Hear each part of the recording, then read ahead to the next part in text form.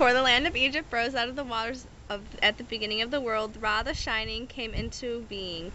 He was all-powerful, and the secret of his power lay in his name, which was hidden from all the world. Having this power, he had only to name a thing, and that thing too came into being. I am Ka at dawn, Ra at noon, and Turn in the evening. And as he said it, behold, he was the sun rising in the east, passing across the sky, and setting in the west. And this was the first day of the world. I shall name you Shu, the wind. I shall name you Tefnut, the rain. You are Geb, the earth. I shall name you Nut, the sky. And I shall name you Happy, the Nile. Women. Man. After this, Ra himself took on the shape of a man, and became the first pharaoh of Egypt. For thousands of years he reigned over the land, and there was peace and plenty. At last, however, even Ra grew old, for it was decreed that no man should live forever. When he was old, he could no longer rule over the people of Egypt, nor fight against Apopsis, the dragon of evil, who had grown out of his evil vapors in the darkness of the night, and sought ever to devour all the good and bright and kissed by the sun. Presently the evil of Apophis entered into the souls of the people of Egypt, and many of them rebelled against Ra and did evil in his sight. Gather together the high gods are my court, Shu, Tufnut, Gib, Nut, hasten to my council hall. Send even for none the spirit of the water out which I arose at the beginning of the world. Gather them secretly. Let no evil men know that I am aware of their doings. And then the gods came into the presence of Ra. Life, health, strength be to you, Ra, Pharaoh of Egypt, maker of all things. Speak to us so that we may hear your divine will. Na, eldest of things, you gods who I am called know into being. Look upon mankind who I also made at the glance of man of all seeing eye, naming them in the beginning that they may appear upon the earth and multiply to many servants in life and death. See, they have plot against me. They have done evil things. The wicked among them gather upon now in upper Egypt to work further ill to my sight. Tell me, I shall slay them all with the burning place in my eye. Ra, greater than I, out of whom you came in the beginning, you who are mightier than all the gods you have created. If you send forth the burning glance of your eye to slay mankind, it will turn all the land of Egypt into a desert.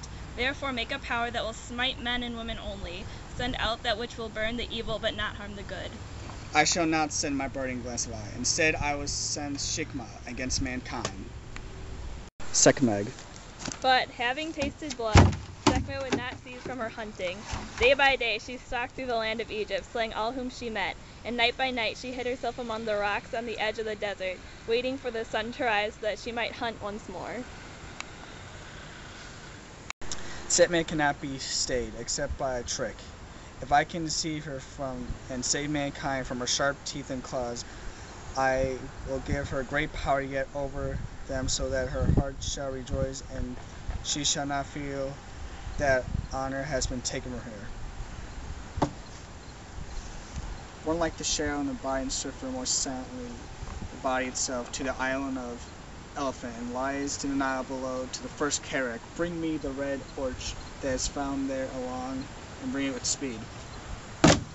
God's command, all the priestesses of the temple of the sun and all the maidservants of the royal court were sent to crushing barley and making beer.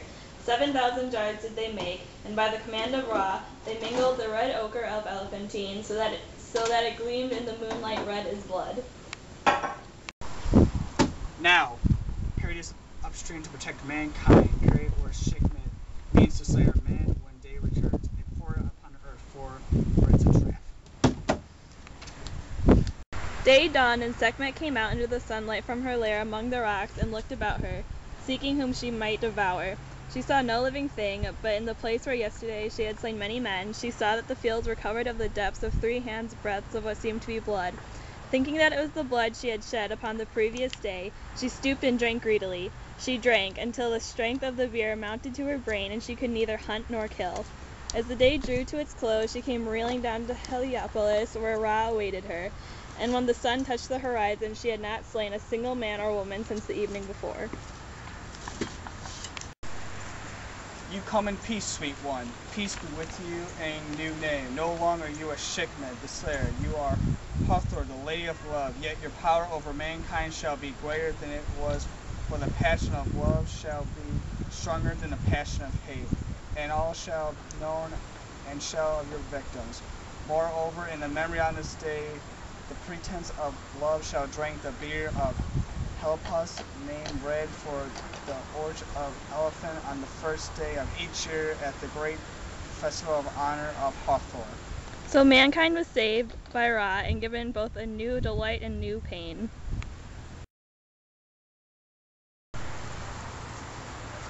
You come in peace, sweet one. Peace be with you on the new name. No longer you are Shikman, the slayer. You are Hawthorne, the lady of love. Yet your power over mankind shall be greater than it was, for passion of love be stronger than passion of hate. And all shall know for the love by your victims. Moreover, in the memory on this day, the princess of love shall drink the beer of Helpless in the red love orchard of elephant on this first day of the year festival. God damn.